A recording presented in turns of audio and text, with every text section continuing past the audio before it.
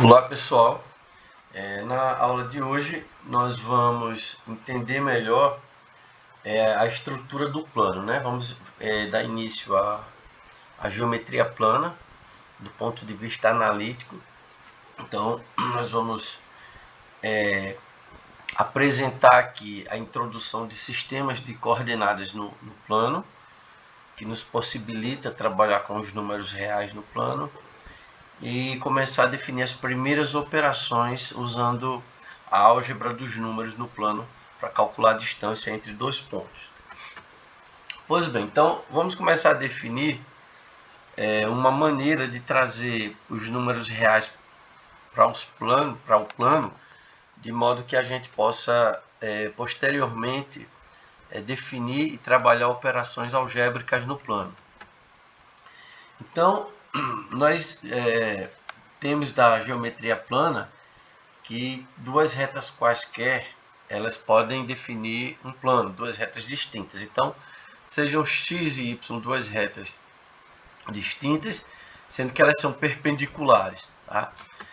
Para introduzir essa ideia, a gente usa retas perpendiculares porque traz uma álgebra mais conveniente, digamos assim. Mas do ponto de vista teórico, duas retas concorrentes quaisquer poderiam servir para a gente definir um plano.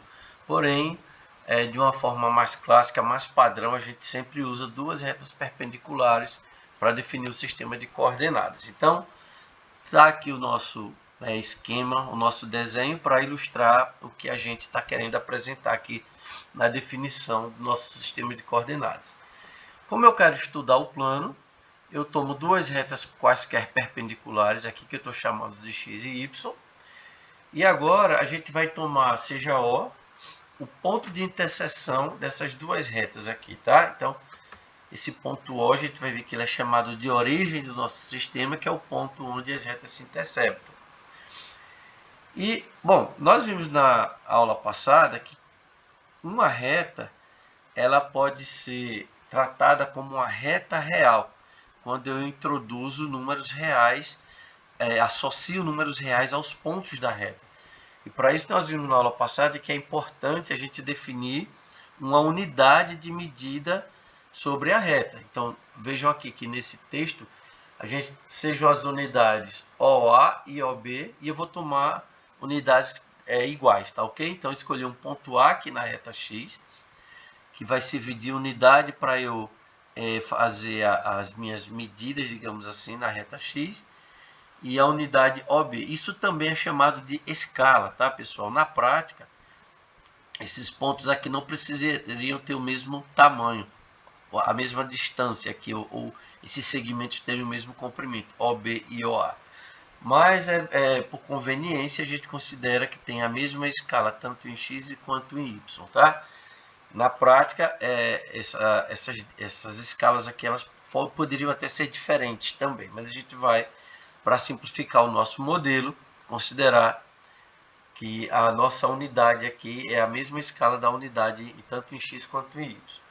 Bom, a partir disso, eu vou escolher agora, seja P um ponto qualquer do plano. Então, dado qualquer ponto P, eu quero definir uma maneira de eu associar a esse ponto P números reais a partir das escolhas destas retas, desta origem e destas unidades de medidas, tá?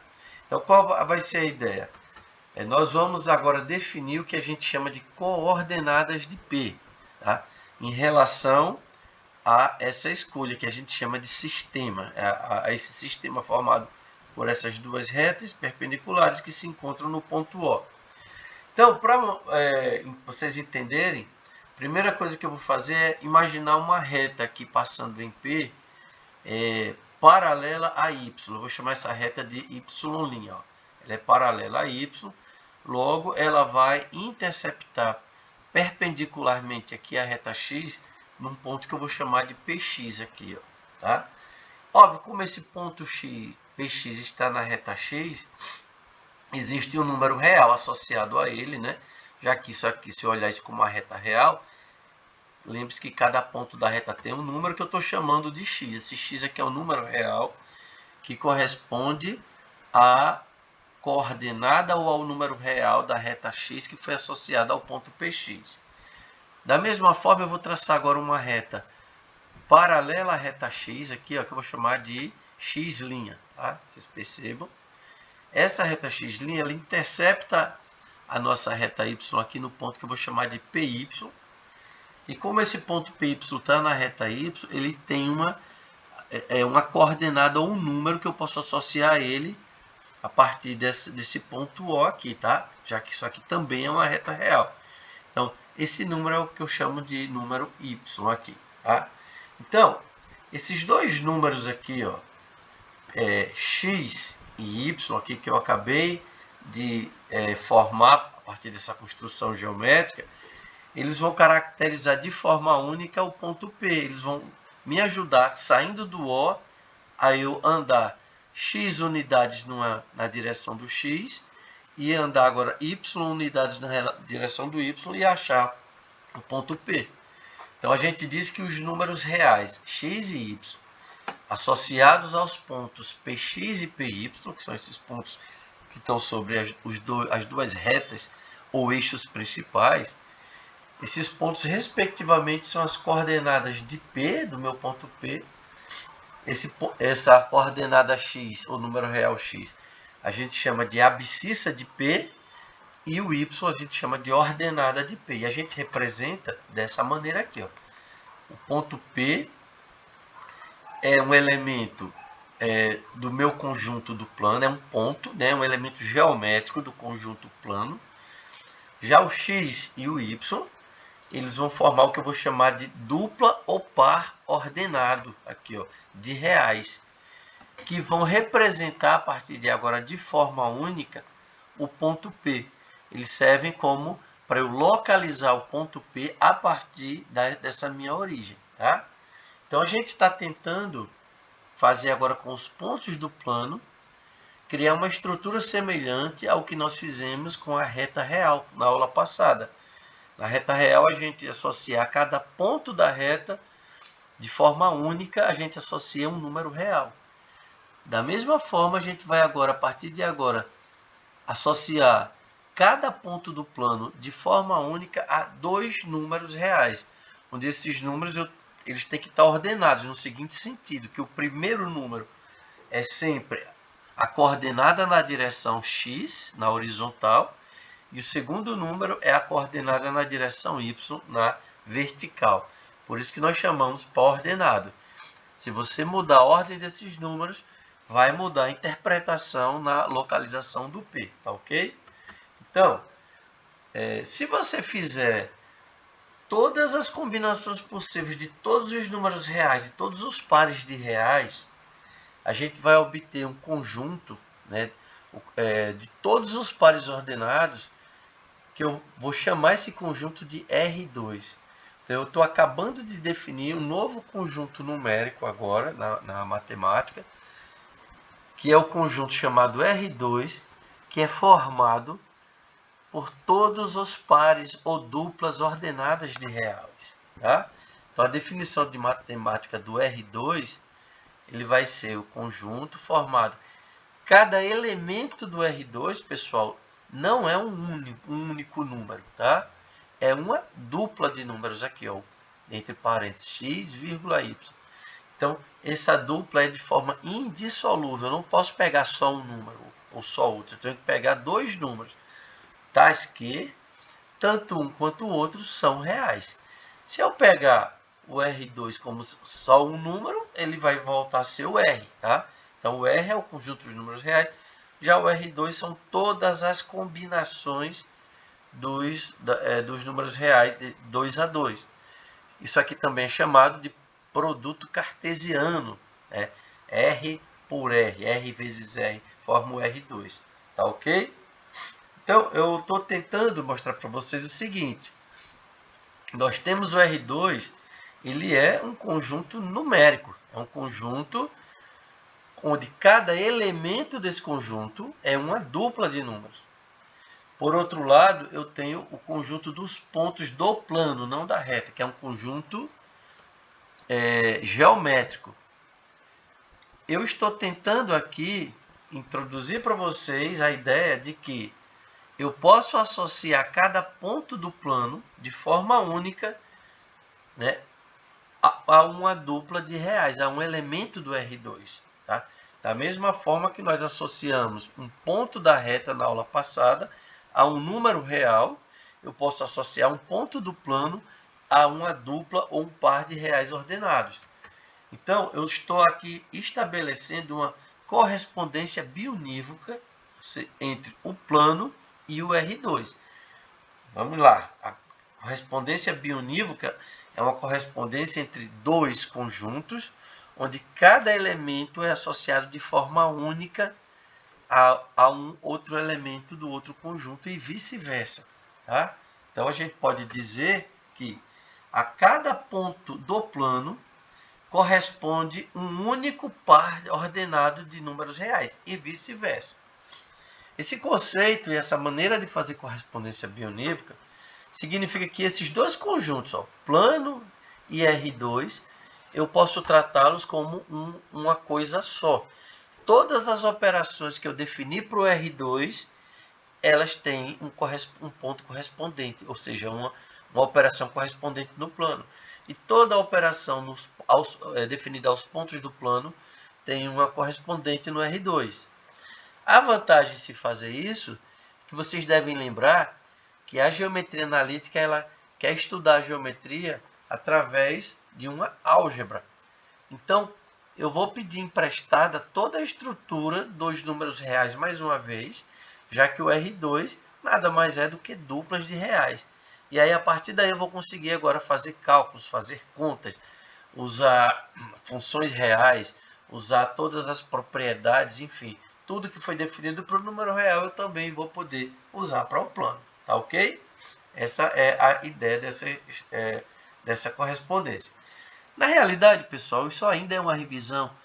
Desde o ensino fundamental que é introduzido esse tipo de ferramenta, né, de associação entre a geometria e a álgebra dos números reais, desde o ensino fundamental. Tá? Aqui foi mais para fundamentar ainda mais essa ideia para vocês, já que ela é a base do nosso estudo aqui da geometria analítica. Pois bem, uma primeira operação que a gente vai definir agora, uma vez estabelecida essa correspondência bionívoca entre o plano e o R2, é a distância entre dois pontos do plano. Tá? Então, a gente já acabou de ver que a partir de agora, cada ponto P do plano, eu posso olhar para ele como se fossem dois números reais, ou seja, uma dupla ordenada de reais.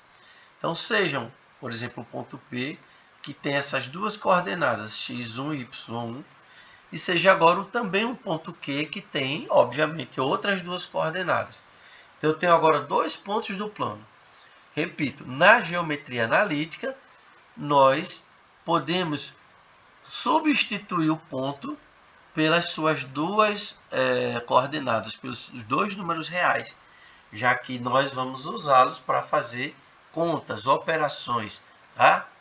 Pois bem, então vamos aqui imaginar o nosso sistema de coordenadas, onde é que esses pontos se situam em relação ao sistema de coordenadas. O sistema de coordenadas é formado pelas retas x e y, né? Duas retas que eu chamo de x e y, perpendiculares, e a interseção delas representa a origem do meu sistema. Então, meu ponto P aqui vai ser um ponto, sempre lembrando que essas distâncias x1 e y1 são as distâncias. Se eu projeto o ponto P perpendicularmente aqui, traço uma perpendicular paralela ao y e outra perpendicular paralela ao x, o pé dessa perpendicular, o local onde ela intercepta o eixo, é a minha coordenada x1. Tá? Então, x1 é essa distância daqui, está representando o px, digamos, e o y1 já é a distância vertical. Tá? Obviamente que eu estou desenhando num lugar aleatório aqui. Do mesmo jeito, eu tenho o ponto Q. Poderia desenhar em qualquer lugar, não iria alterar a interpretação do que eu vou explicar para vocês. O importante é entender o que é que significa o x2, O x2 vai ser sempre a distância horizontal a partir da origem ao longo do eixo x. E o y2 vai ser a distância vertical ao longo do eixo y a partir da origem. Tá? E aí, a partir disso, eu quero definir agora como é que eu calculo a distância entre os pontos P e Q. Tá? Antes de a gente mostrar uma fórmula algébrica, porque lembre-se que na geometria analítica nós queremos calcular algebricamente, fazer operações, né? Definir, fazer demonstrações a partir de operações algébricas de números reais. Antes de a gente definir a fórmula, vamos entender aqui o que é que representa geometricamente a distância. A distância de P a Q seria o comprimento do segmento de reta que une P e Q aqui, ó, tá? E devido à definição do que são as coordenadas, já que a gente usa retas aqui perpendiculares e paralelas aqui, ó, ao longo do nosso sistema, eu posso imaginar, ó, esse triângulo aqui, ó, sendo um triângulo retângulo aqui, ó, aqui QPQ forma a hipotenusa, e esses dois lados laranjas aqui, como são paralelos aos eixos x e y, formam os catetos da nossa hipotenusa. E a distância que eu quero calcular é justamente a hipotenusa desse triângulo. E quem são os catetos desse triângulo? Os catetos, ó, esse cateto aqui horizontal, por exemplo, vai ser a diferença entre o x1 menos o x2, né? Essa distância aqui menor é x2, aqui é x1, tá? Então vai ser x1 menos o x2. Aí você pode tirar a dúvida, mas se o ponto Q tivesse mais para frente, aí seria a diferença entre x2 e x1. De qualquer forma, não importa, se eu usar o módulo, né, vai ser sempre o x2 menos o x1 em módulo. E aí essa fórmula vale independente da posição de Q e P. O fato é que eu faço a diferença dos dois pontos e pego em módulo, já que distância é sempre positivo, né? Lado de triângulo comprimento. Tá? Poderia, obviamente, ser módulo de x1 menos x2 também aqui. Da mesma forma, pessoal, esse cateto aqui, esse cateto é a diferença do y1 e y2 em módulo, tá? Então, vai ser y2 menos y1 em módulo. E, obviamente, que se eu usar o teorema de Pitágoras, eu tenho que o quadrado da hipotenusa é igual à soma dos quadrados dos catetos. E aí eu chegaria a essa fórmula. Distância de P a Q vai ser a raiz da soma dos quadrados desses dois lados. Óbvio que quando eu elevar ao quadrado, eu não preciso colocar o módulo, né? Já que sempre vai dar positivo, tá? Então, nós acabamos de definir agora uma primeira operação algébrica dentro da geometria analítica, a primeira operação que eu posso realizar entre pontos a partir do momento que os pontos estão associados de forma única a pares de números reais ordenados, tá ok? Só para exemplificar isso aqui, ó, determine a distância entre os pontos P com coordenadas menos 2 e 4 e Q, 1 e 3. Obviamente que eu não reprisei, mas vocês lembram que um ponto com coordenada negativa, ele está do outro lado da origem, né? Só para a gente reforçar essa ideia. Por exemplo, os pontos onde a primeira coordenada x é negativa, ele situa-se à esquerda da origem. Aqui nesse caso a gente não tem nenhum dos dois pontos com a segunda coordenada negativa. Mas é como se fosse uma altura negativa, ele está abaixo aqui, caso ele fosse. Tá? Mas enfim, vamos voltar aqui ao problema. Determine a distância entre os pontos P e Q. Bom, é simples, a gente pode jogar aqui direto na fórmula, né? Ou, obviamente, você pode desenhar também esses pontos no sistema de coordenadas e fazer o cálculo. Mas, eu já usando a fórmula que nós aprendemos a deduzir, é só aqui lembrar que aqui o x2 aqui seria o 1 e o y1 aqui seria o menos 2. Então, ficaria 1 menos 2, ó, ao quadrado. Lembrando que esse primeiro menos é da forma. E aqui o menos 2 é da coordenada, tá ok? Muito cuidado com esse jogo de sinal, com o uso dos sinais para vocês não errarem esse tipo de cálculo. Mas aqui, ó, o y2 menos o y1. Quem você pega, quem menos quem aqui, pouco faz diferença, aliás, não faz diferença nenhuma na fórmula, né? Então aqui seria 3 menos 4, né, ao quadrado. Lembrando, como está ao quadrado, tanto faz eu pegar 3 menos 4 quanto 4 menos 3.